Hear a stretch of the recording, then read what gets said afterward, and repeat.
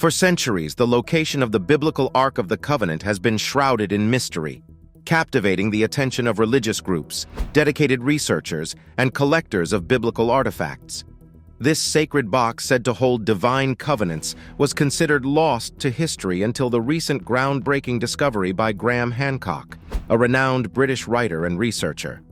The astonishing revelation has left people worldwide in awe, prompting them to ask, what secrets lie behind this mysterious discovery?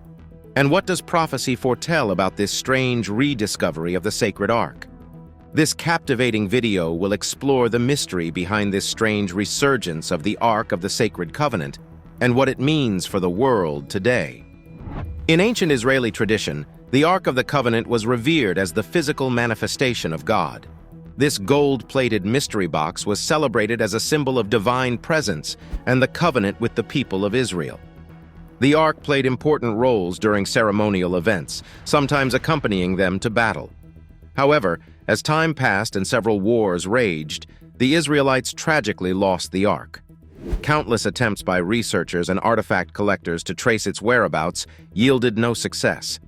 In a spectacular twist of event, Graham Hancock made a groundbreaking discovery of the long-lost relic, complete with the commandments handwritten by God himself. Before we delve into the mysterious circumstances around the discovery of this sacred Ark and why it was destined to be found in this age, let us first introduce you to the majestic Ark that once housed the presence of God, the Ark of the Covenant. According to the historical narration, the Ark is a wooden chest covered in pure gold. It had an elaborately designed top known as the mercy seat.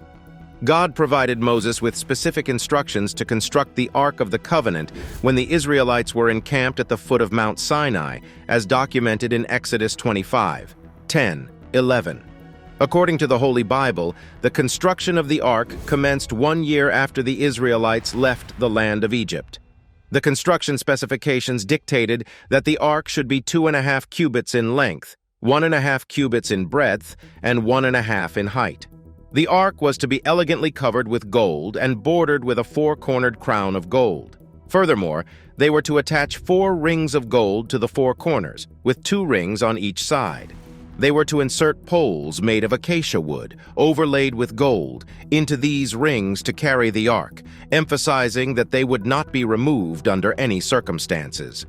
Additionally, they were to sculpt 2 cherubim out of gold. These 2 golden cherubim were created and placed on the lid of the Ark, facing each other with their wide wings spread upward. The book of Exodus also reveals that the Ark contained 2 stone tablets of the 10 Commandments. The New Testament book of Hebrews suggests that it also housed the gold jar of manna and Aaron's staff. Bezalel, a man filled with the Spirit of God, was chosen to construct the Ark of the Covenant and other furnishings within the tabernacle. Bezalel was granted wisdom, understanding, knowledge, and artistic skills to complete this task. Assisting him was Oholiab, while skilled craftsmen provided additional support. Once the construction was complete, the Ark of the Covenant dwelled within a movable shrine known as the tabernacle.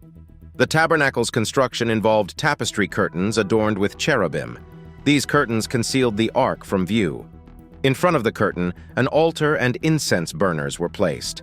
Aaron and his sons were responsible for burning incense from various ingredients, both morning and sunset, creating a fragrant offering. The tabernacle consisted of 2 rooms, the outer room, known as the Holy Place, and the inner room referred to as the Most Holy Place, or the Holy of Holies. In the outer room, there was a table where they placed the bread of the presence, also called the shewbread. Additionally, an altar of incense and a 7-branched candelabrum called the menorah were present. The Holy of Holies served as the actual dwelling place of the God of Israel. God was believed to be invisibly enthroned above a solid slab of gold, which rested on the Ark of the Covenant. At each end of the slab were cherubs, representing the presence of God. The symbolism of the Ark of the Covenant has transcended religious contexts. It has been depicted in various art, literature, and popular culture forms. It has inspired divine reverence and a sense of mystery throughout history. The Ark's symbolic significance continues to resonate with believers, reminding them of the enduring presence of God, the importance of upholding the covenant, and the power of faith and obedience. Within the religious narratives of Judaism and Christianity, the Ark of the Covenant carries profound symbolism. One of its key symbols is its representation of the divine presence. It was believed that the Shekinah dwelled above the Ark, positioned between the two golden cherubim. This established a tangible connection between the earthly realm and the divine realm. The Ark functioned as a physical reminder of God's presence and a focal point for worship and communication with the divine. Furthermore, the Ark symbolizes a covenant between God and the Israelites because it houses the tablets of the law, otherwise known as the Ten Commandments, which actively represents the moral and legal foundation of the Jewish religion. The tablets encapsulate the principles and instructions given by God, serving as a guide for righteous living and creating a framework for justice and ethical behavior. The symbolism of the Ark extends beyond its physical characteristics. During the Israelites' journey through the wilderness, the Ark of the Covenant created a sense of divine guidance and protection. The Ark's presence with the Israelites continually reminded them that God was leading them, providing them with strength, security, and divine intervention whenever needed. It was also associated with miraculous events, such as the parting of the Jordan River and the crumbling of the walls of Jericho. These extraordinary occurrences reinforced the belief that the Ark possessed divine power and symbolized God's strength and victory.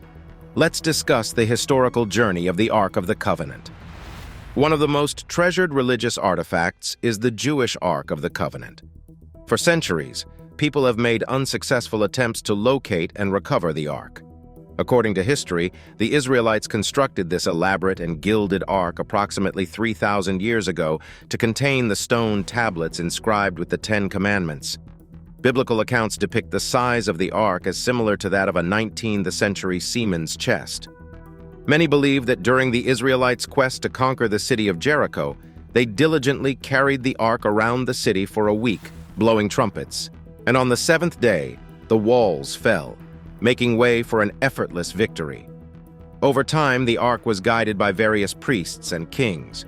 First, it was entrusted to the priest Pinhas in Bethel, and later it resided in Shiloh during Samuel's apprenticeship. However, during a conflict with the Philistines, the ark was captured by them and taken away from Israel. Shockingly, the ark, known for all its blessings, brought a series of tragic events, including the death of its caretakers and misfortune, to the Philistines wherever they took it. Eventually, the Philistines returned the ark to the Israelites. Later on in the biblical stories, King David took the ark with him when he had to flee from Jerusalem due to Absalom's conspiracy. But King David later ordered the priest Zadok to return the ark to Jerusalem, where it held a significant place of reverence.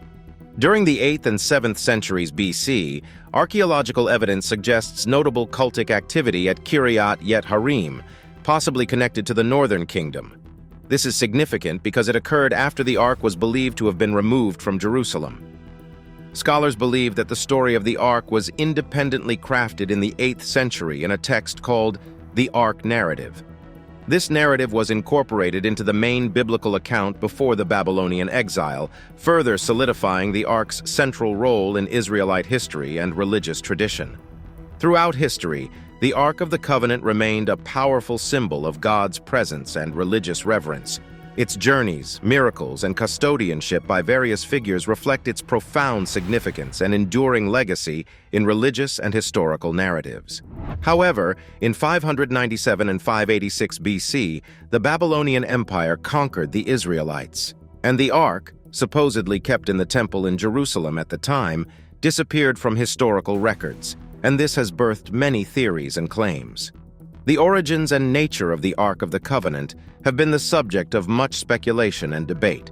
Whether it was destroyed, captured, or hidden remains unknown. Several claims have emerged over the years in response to inquiries about the possible whereabouts of the Ark of the Covenant. One prominent claim suggests that the Ark found sanctuary in Ethiopia's town of Aksum, residing within the St. Mary of Zion Cathedral. However, access to the Ark is tightly controlled, allowing only an assigned guardian to see it, so its authenticity remains unverified.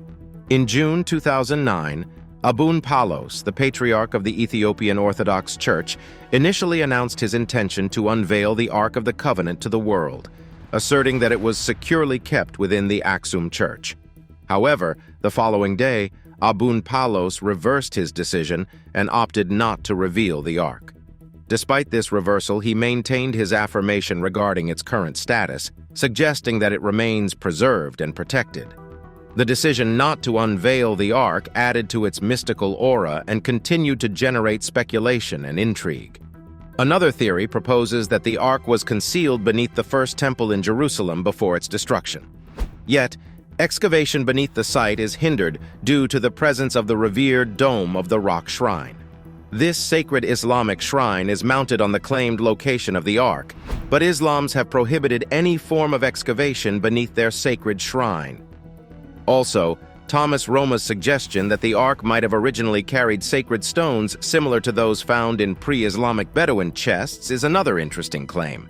According to this view, these stones could have represented Yahweh or sculptures of Yahweh and the goddess Ashura.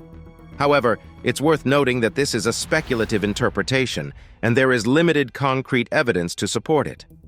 On the other hand, Scott Nogel argues against his claims, pointing out differences in structure, function, and transportation methods between the Ark of Covenant and Bedouin objects. Nogal's perspective highlights the need for careful analysis and consideration of different artifacts' specific characteristics and contexts before drawing direct comparisons.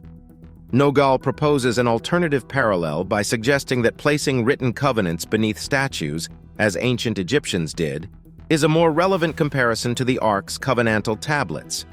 This viewpoint emphasizes ancient Egypt's cultural and historical context and practices, suggesting a potential link between the Ark's covenantal tablets and similar practices in other ancient civilizations. Where did Graham Hancock find the Ark of Covenant?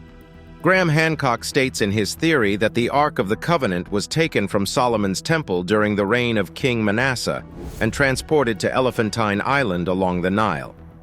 He further deduced that the Ark eventually rested in the Church of St. Mary Zion in Aksum, Ethiopia. Hancock supports his theory by pointing out archaeological evidence of a temple on Elephantine Island and the discovery of the Elephantine papyri, which he interprets as indications of the Ark's presence on the island. Hancock's theory has faced criticism from scholars who question its evidence and credibility, with some dismissing it altogether. Critics argue that Graham Hancock's theories fall outside the mainstream academic consensus. While he presents intriguing ideas and draws connections between archaeological findings, scholars do not universally accept his interpretations and conclusions. Additionally, Ethiopian Jews hold a different belief regarding the arrival of the Ark of the Covenant in Ethiopia. According to their tradition, during King Solomon's reign, the son of the Queen of Sheba, Menelik, took the Ark from Jerusalem with divine assistance.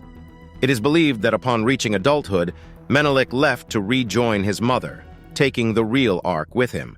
In contrast, a forgery was left behind in the temple in Jerusalem.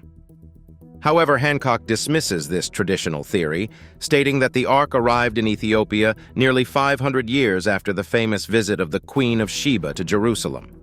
Hancock's theory has been dismissed by professionals such as archaeologist John Holliday from the University of Toronto, who describes Hancock's theory as garbage and hogwash. These strong words indicate his skepticism and lack of belief in the validity of Hancock's claims. Also, Edward Uhlendorf, a former professor of Ethiopian studies at the University of London, expresses frustration with Hancock's book, referring to it as a waste of time because it fails to provide convincing evidence for the presence of the Ark in Ethiopia. Uhlendorf's criticism points to the lack of substantial supporting evidence presented by Hancock. Despite the strong criticisms and disputes surrounding Hancock's theory, his book claims documentation of the Ark of the Covenant in Ethiopia. To back this claim, the local Ethiopian Jewish community also claims that the Ark is located in the Church of Mary Zion, which is situated in the small town of Aksum. Legend has it that a dedicated monk is entrusted with safeguarding the real Ark of the Covenant and has devoted his life to this sacred task. The access to the Ark is highly restricted, extending even to kings and bishops, underscoring its secretive and revered nature. Replicas of the Ark, known as tablets, are found in Ethiopian monasteries and churches, but they are also off-limits to the general public. Also, the Ethiopian Jews believe a church must have a replica of the Ark before it is deemed fit for worship. Thanks for watching. Please like, comment, and share. Subscribe to this channel